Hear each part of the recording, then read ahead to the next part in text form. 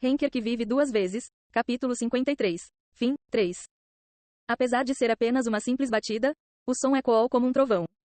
Oprimidos pela aura de Fante, os jogadores tiveram que recuar um pouco. A pressão até fez alguns dos jogadores mais fracos empalidecerem. Faz apenas algumas horas que eles concordaram em unir forças para tirar os dois da batalha.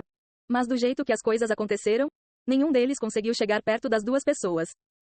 A força que Fante emitiu foi muito maior do que esperavam. Não. Talvez a informação que eles tinham originalmente estivesse correta. No entanto, isso foi antes do tutorial. Fante e Edora ficaram muito mais fortes durante o tutorial. Aqueles dois, que no início já eram monstros, tornaram-se monstros ainda maiores.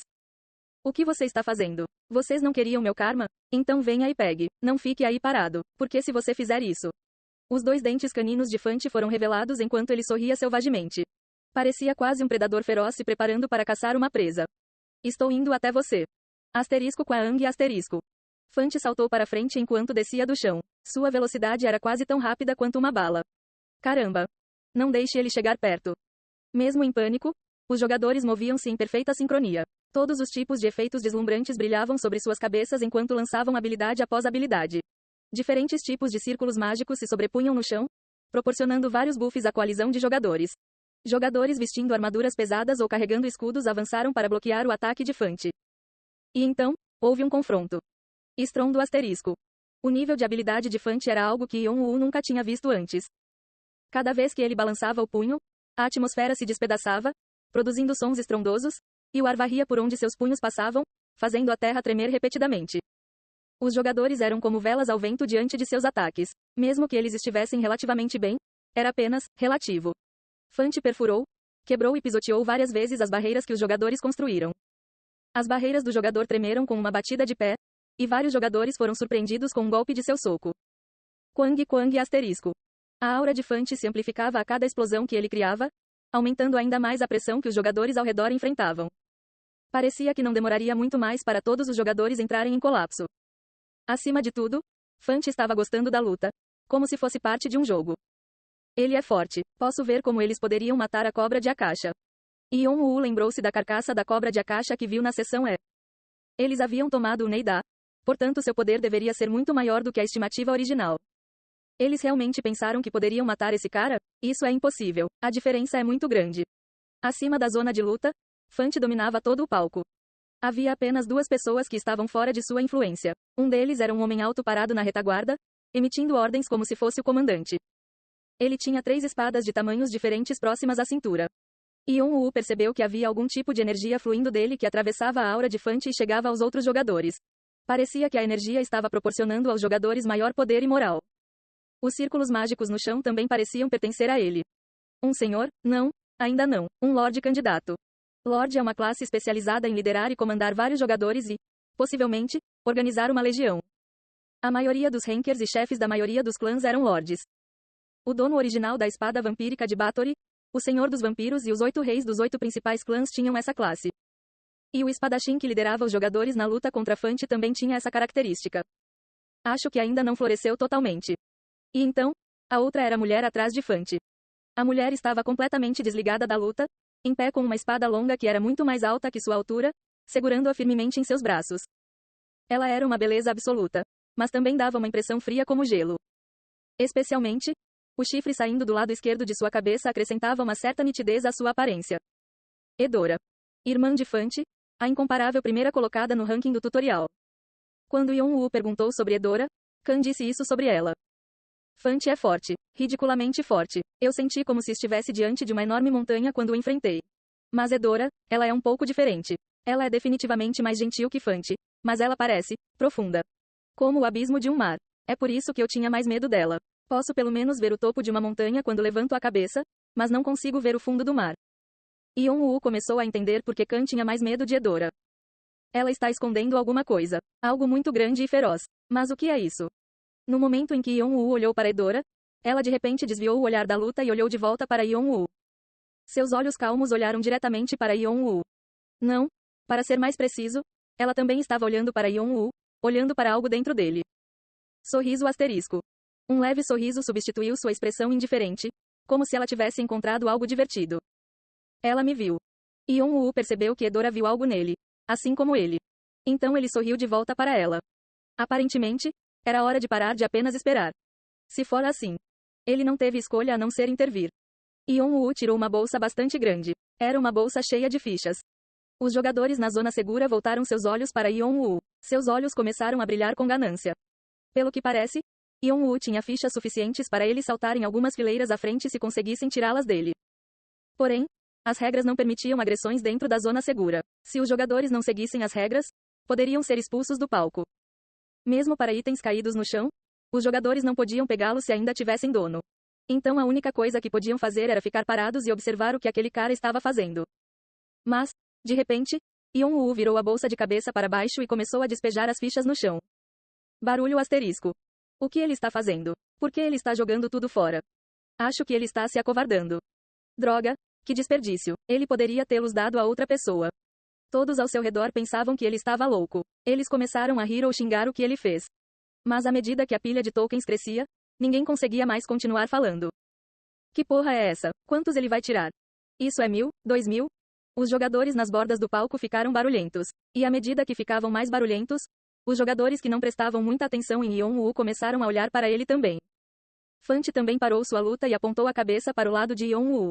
Os olhos de Edora brilharam de interesse quando ela olhou para Yeon-woo. E quando ele terminou de despejar as fichas, havia mais de 3.000 delas empilhadas no chão. Yeon-woo então murmurou um comando em voz baixa. Converter. Uau asterisco. Os milhares de tokens explodiram em um feixe de luz e se fundiram, formando um cristal dourado. Os tokens coletados nas duas sessões anteriores foram convertidos com sucesso em pontos de karma e adicionados aos seus pontos existentes. Ao mesmo tempo, uma grande mensagem surgiu no ar. A classificação do tutorial foi atualizada. Todos os olhos dos jogadores estavam voltados para ele. E no momento em que a classificação foi anunciada, gritos silenciosos ecoaram na seção G. Até os olhos calmos de Edora tremeram. Classificação do tutorial. 1. Desconhecido, 109.984 pontos. 2. Edora, 68.230 pontos. Foi a primeira vez desde o início desta rodada que a primeira classificação foi derrubada. Eu não posso acreditar. Só. As pessoas gritaram consternadas com os olhos fixos em Yeon-woo. Mesmo que o nome não tenha sido revelado, foi fácil saber quem indicava. Mas Yeon-woo não parou por aí. Ele amarrou seu cristal dourado, seu karma, na cintura e levou as mãos à espada que estava pendurada em suas costas, e lentamente a puxou para fora. Asterisco SRRNG asterisco.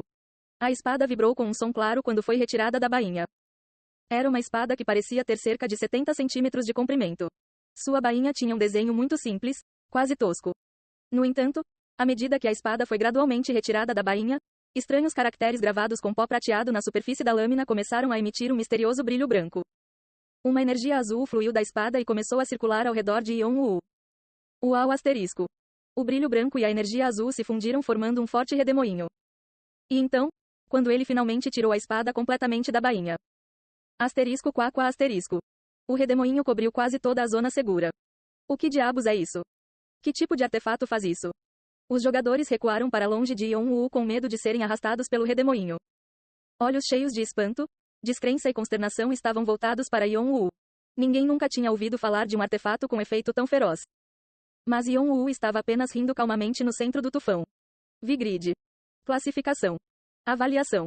Descrição. Durante a Era de Prata, os dias esquecidos no passado distante, existia uma espada divina que todo grande herói desejava empunhar. Mas ao mudar de mãos de herói para herói, a espada ficou contaminada com muito sangue. No final, a espada foi corrompida, transformando-se em uma espada demoníaca. Por muito tempo, a espada ficou trancada nas profundezas da terra, longe do alcance de qualquer pessoa. E só recentemente ressurgiu, reaparecendo no mundo. Mas apesar de ter sido selada por 3 eras, a espada sagrada não foi libertada da maldição demoníaca e não conseguiu recuperar a sua forma original. Para devolvê-la à sua forma original, a maldição da espada deve ser completamente eliminada sob condições especiais. Asterisco bênção da espada. O rancor denso deixado pelos heróis mortos por Vigrid transformou a bênção da espada sagrada em uma maldição. Ao enfrentar um número maior de inimigos ou inimigos mais fortes, a espada irá liberar energia demoníaca, GQI. A chance de infligir dano crítico aumenta proporcionalmente à energia demoníaca. Asterisco bênção contagiosa. Ao desferir um golpe final em um inimigo, a espada espalhará sua maldição para outros inimigos próximos ao alvo. Os alvos sob o efeito da maldição serão infligidos com um efeito de status, infecção, diminuindo significativamente a defesa e a velocidade de movimento dos alvos. Habilidade bloqueada, selado. Habilidade bloqueada, selado. Este é um artefato único, nenhum artefato igual existe na torre e estará vinculado ao seu dono. Não pode ser transferido ou negociado entre jogadores. Algumas das habilidades estão seladas. Você deve atender às qualificações ou condições para retirar os selos. O nome, Vigrid, significa um campo de batalha no qual seres divinos, como heróis e transcendentes, travam suas guerras. A peça escondida que Khan e Doyle tentaram obter era uma grande arma condizente com um nome tão rapsódico. Uma espada sagrada da Era de Prata. De muito antes de a torre existir. Embora a maioria de suas opções tenha sido selada por estar corrompida, cada uma das funções restantes ainda era notável como era. A primeira opção, Bênção da Espada, aumentou bastante o poder de ataque quando enfrentado um grande número de inimigos.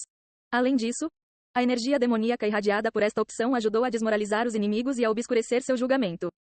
Para jogadores que normalmente tinham que lutar contra vários monstros ao mesmo tempo, era definitivamente um artefato de dar água na boca. Mas acima de tudo, também tinha uma opção que conferia ao portador maior poder ao lutar contra um inimigo mais forte. E essa foi a opção que Khan e Doyle prestaram mais atenção. Quanto mais fortes Fante e Edora forem, maior será o seu poder. Com esta opção, deveríamos ter conseguido alcançá-lo sem muitos problemas. Mesmo que parecesse uma trapaça, Khan queria desesperadamente superar Fante e Edora com Vigrid.